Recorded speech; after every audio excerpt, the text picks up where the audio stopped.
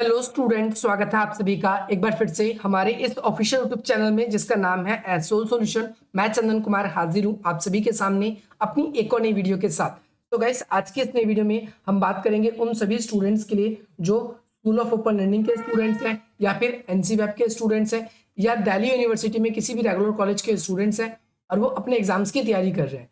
तो ध्यान रखना है आप सभी के पास में, अगर सेकेंड सेमेस्टर में या फर्स्ट सेमेस्टर में, सेकेंड सेमेस्टर में या फिर फर्स्ट सेमेस्टर में आप सभी के पास में ईवीएस का सब्जेक्ट है और आप सभी अपने एग्जाम्स की तैयारी कर रहे हैं, तो आज की नई वीडियो आप सभी के लिए इंपॉर्टेंट है। आज हम आप सभी के लिए एक मोस्ट इंपॉर्टेंट क्वेश्चन को डिस्कस करेंगे और यहाँ से आपके एग्जाम में 110% क्वेश्चन पक्का है कि आना ही आना है। तो यहाँ पर सबसे पहली बात तो ये देखिए कि जो ये क्वेश्चन है, ये क्वेश्चन जैव विविधता से, और जैव विविधता का जो क्वेश्चन है वो डायरेक्टली आप सभी के तीन तरह के क्वेश्चन बनेंगे। सबसे पहले जैव विविधता का क्या लाभ है, जैव विविधता क्या है, सबसे पहले लाभ पूछेगा, इसका महत्व पूछेगा। दोनों एक ही चीज है, अगर आपसे लाभ और महत्व पूछता है तो अलग अलग चीज नहीं है। दूसरी चीज इसके संरक्षण की बात पूछी जाएगी आपसे, संरक्षण की बात पूछी जाएगी। और तीसरी चीज आपसे पूछा जाएगा इसका उपयोग क्या है, इसका उपयोग क्या है, उपयोगी क्यों है हमारे लिए। ये तीन क्वेश्चन आप सभी के एग्जाम में, ये पक्का है, इन तीनों में से एक क्वेश्चन आपके एग्जाम में देखा जाएगा। चाहे आप लोगों का 7 तारीख को पेपर है, 5 तारीख को पेपर है, आप सभी का 6 तारीख को पेपर है, किसी भी दिन पेपर है, तो ये क्वेश्चन आप सभी के एग्जाम में 110% देखने को मिलने वाला है। तो चलिए ज्यादा देर न करते आज की अपनी इस वीडियो को हम स्टार्ट करते हैं। तो ध्यान रखना है, पृथ्वी के अंदर विभिन्न प्रकार के जैव विविधता पाई जाते हैं, जिसमें से विभिन्न प्रकार के जीव, वनस्पति, पशु, है ना। ध्यान रखना है, पहली बात तो जैव विविधता होता क्या है। तो पृथ्वी पे अलग अलग प्रकार की प्रजातियों का पाई जाना ही जैव विविधता है। हम आसान शब्दों में कहें तो जीवों में पाई जाने वाली जो अनुवांशिक भिन्नता होती है वो जैव विविधता कहलाती है। लगभग 70 से 80 लाख से करोड़ से अधिक, ध्यान रखना है 4 से 5 करोड़ तो नॉर्मल है, और हर साल लगभग अनुमानित इतनी जनसंख्या जो है जैव विविधता की वो तो होती है। जैव विविधता का मतलब है जीवों के अंदर विविधता, जीवों के अंदर जो संख्या बढ़ रही है, जीवों की जो नई नई प्रजातियां उत्कर्ष हो रही है, वही जैव विविधता कहलाती है। ये आप सभी को ध्यान रखना है। इसके अंदर आप सभी को ध्यान रखना है कि 1500 प्रजातियां ऐसी है जो हर वर्ष जो है उत्पन्न होती है और दुनिया भर में पाई जाती है, और अलग अलग सभ्यताओं की देन रही है अलग अलग प्रजातियां। ध्यान रखना है, जिसमें अलग अलग जीवों को, अलग अलग जंतुओं को अधिक महत्व दिया जाता है। वैज्ञानिक भी कई शताब्दी से इन इन अगर हम देखें तो इन पे रिसर्च करने की कोशिश कर रहे हैं, इन पे शोध करते हैं। अगर कोई नई दवाई बनाई जाती है, अगर कोई नई चीजों का आविष्कार होता है, तो उनकी टेस्टिंग सबसे पहले इन जीवों के ऊपर ही की जाती है। तो आप सभी को ये ध्यान रखना है, जैव विविधता आपके अंदर पाई जाती है, हमारे अंदर पाई जाती है, जीव जंतुओं में पाई जाती है। और जैव विविधता का मतलब यही है कि जीवों के अंदर अनुवांशिक भिन्नता का पाया जाना, यानी एक जीव के जो गुणसूत्र होते हैं वो दूसरे जीव से डिफरेंट होते हैं, ये ही जैव विविधता पाया जाता है। जैव विविधता का ध्यान रखना, मैंने वैसे इससे पहले भी वीडियो बना रखी है, आप सभी को ध्यान रखना है कि जैव विविधता का सबसे पहले जो सर्वोत्तम इस शब्द का जो प्रयोग है वो कब किया गया था, तो 1990 के दशक में, 1990 1992 करना है। 1992 में जो ब्राजील का एक शहर था रियो डी जनेरियो, यहाँ पर एक पृथ्वी सम्मेलन हुआ था। उस सम्मेलन में सबसे पहले जैव विविधता जो है इसके संरक्षण करने की बात हुई थी, ध्यान रखना है आप सभी को। और जैव विविधता जो है इसके संरक्षण के अंदर बात तो उठी यहाँ पर, और इसके अलावा जैव विविधता के अंदर ये हमारे पारिस्थितिक तंत्र को बनाए रखने में, ये हमारे पर्यावरण के तंत्र को बनाए रखने में बहुत ही ज्यादा महत्वपूर्ण भूमिका निभाती है। ये भी आप लोगों को ध्यान रखना है। विश्व के अलग अलग क्षेत्रों में अलग अलग प्रकार की जो है जैव विविधता पाई जाती है। इसका मुख्य आधार की बात करूं तो ये मुख्य आधार इनकी जलवायु होती है। बहुत से जीव जंतु हैं जो, जैसे अगर हम बात करें कंगारू की तो कंगारू कहाँ पाया जाता है, तो आप बोलोगे ऑस्ट्रेलिया न्यूजीलैंड में पाया जाता है। भारत में क्यों नहीं पाया जाता, क्योंकि इनके हिसाब की यहाँ पर जलवायु नहीं है। तो आप सभी को ये चीजें ध्यान रखनी है, ठीक है। तो जीवों की जो जलवायु के अकॉर्डिंग या फिर उनके मौसम के अकॉर्डिंग उनका जनन, जीवन या फिर उनका प्रजनन, ये सारी चीजें डिपेंड करती है। और मनुष्य और या फिर जो भी जीव है वो कैसे सर्वाइव कर पाएगा ऐसी जगहों पर, ये उस पर डिपेंड करता है। अब बात करें अंटार्कटिका की, तो वहां पर पेंगुइन पाए जाते हैं, ह्यूमन वहां पर सिर्फ रिसर्चर्स रहते हैं, वहां पर नॉर्मल पर्सन नहीं रह सकते। क्यों नहीं रह सकते, क्योंकि वहां पर हमारे रहने लायक जलवायु नहीं है। तो जिन जीवों के रहने लायक जलवायु है वहां पर वो ऐसे लोग निवास करते हैं। तो जीवों में जननांगीय विभिन्नता, प्रजातीय विभिन्नता और जो है परितंत्र विभिन्नता, ये ध्यान रखना है। इसके बारे में मैं पहले डिस्कस कर चुका हूँ। यहाँ पर मैं डायरेक्टली सिर्फ इंपॉर्टेंट चीजों के बारे में बात करेंगे। तो ऐसे जीव जिनमें अनुवांशिक भिन्नता पाई जाती है, परितंत्रीय विविधता मतलब जो अलग अलग प्रकार के परितंत्र का निर्माण करते हैं, ये मैं पहले डिस्कस कर चुका हूँ।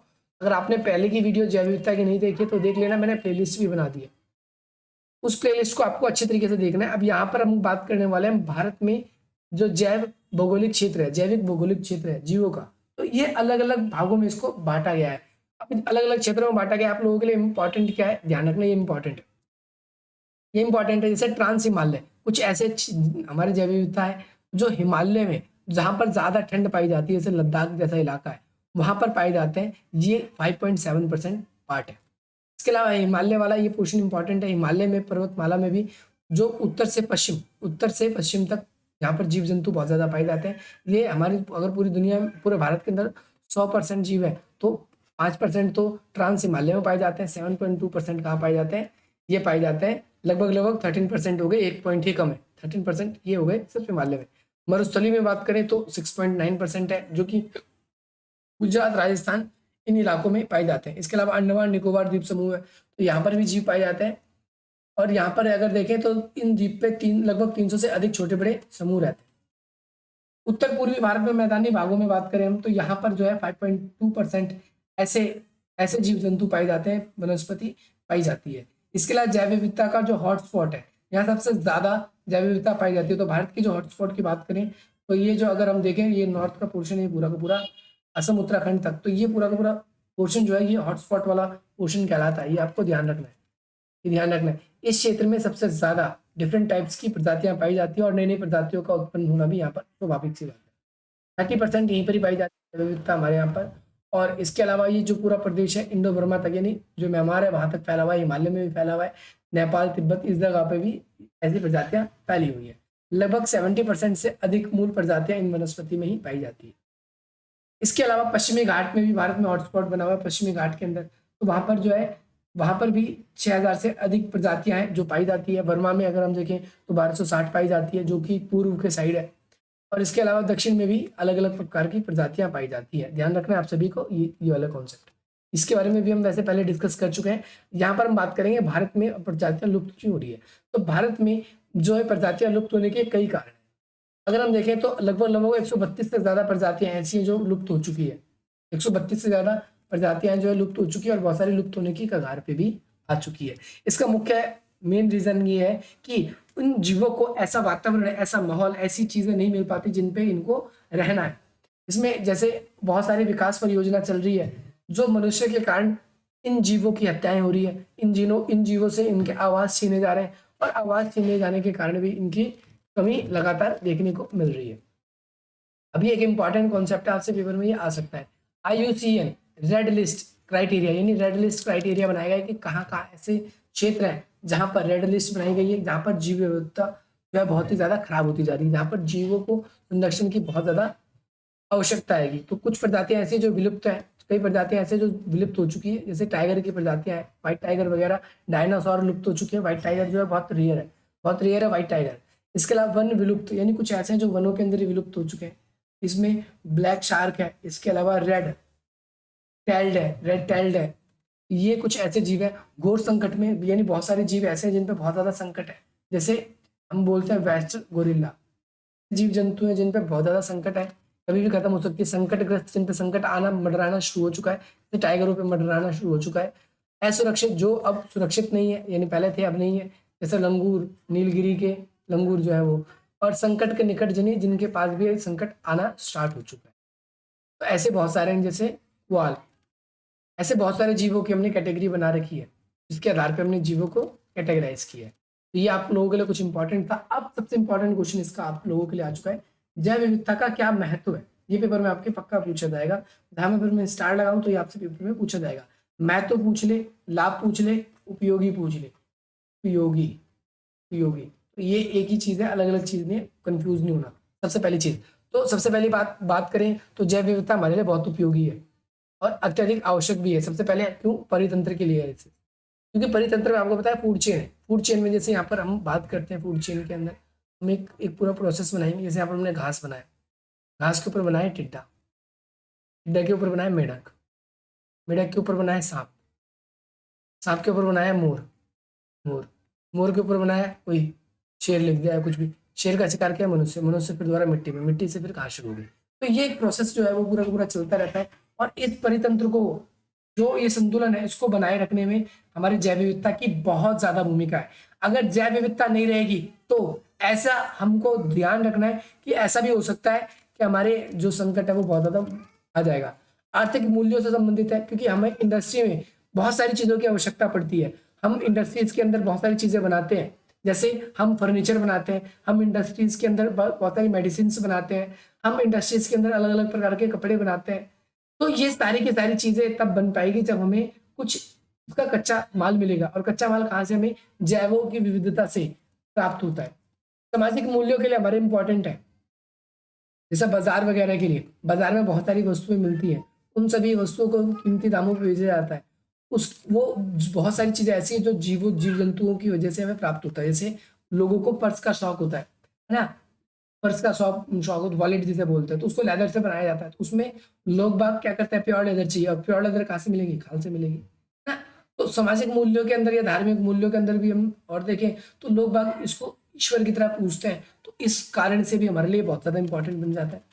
ये भी ध्यान रखना है। नैतिक मूल्यों से भी है, लेकिन ये कुछ पॉइंट्स हैं जो आप सभी को पक्का करने ही करने हैं। ये कुछ पॉइंट्स हैं जो आपको सैनिक मूल्य से, रक्षात्मक मूल्यों से, ये सब इंपॉर्टेंट पॉइंट्स हैं, ये सब करने हैं।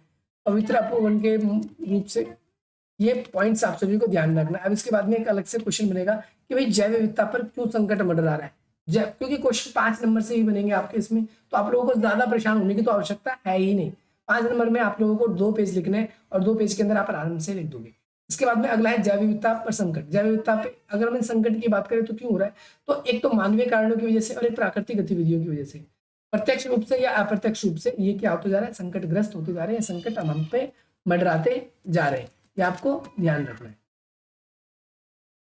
तो आवासीय क्षति हो रही है, जैसे फॉर एग्जांपल जंगलों में हम अलग अलग प्रकार की विकास परियोजना कर रहे हैं, तो इन प्राकृतिक जो क्षेत्र हैं, इन सभी क्षेत्रों से क्या होता जा रहा है? जो ये प्राकृतिक क्षेत्र हैं, इन प्राकृतिक क्षेत्रों से हमें बहुत सारी चीजें देखने को मिल रही है। इन प्राकृतिक क्षेत्रों से हमें क्या है? बहुत सारी चीजें देखने को मिल रही है। जैसे हम यहाँ पर चिड़ियाघर बना रहे हैं, हम यहाँ पर नेशनल पार्क्स बना रहे हैं, और इन नेशनल पार्क्स में इनकी आवासीय क्षति हो रही है। कई बार हम पहाड़ों पर होटल बनाने के लिए जंगलों को काट रहे हैं, रास्ते बनाने के लिए जंगलों को काट रहे हैं, तो इससे जैव विविधता में कमी हो रही है। सबसे पहली चीज, बहुत सारी जो प्रजातियां लुप्त होती जा रही है।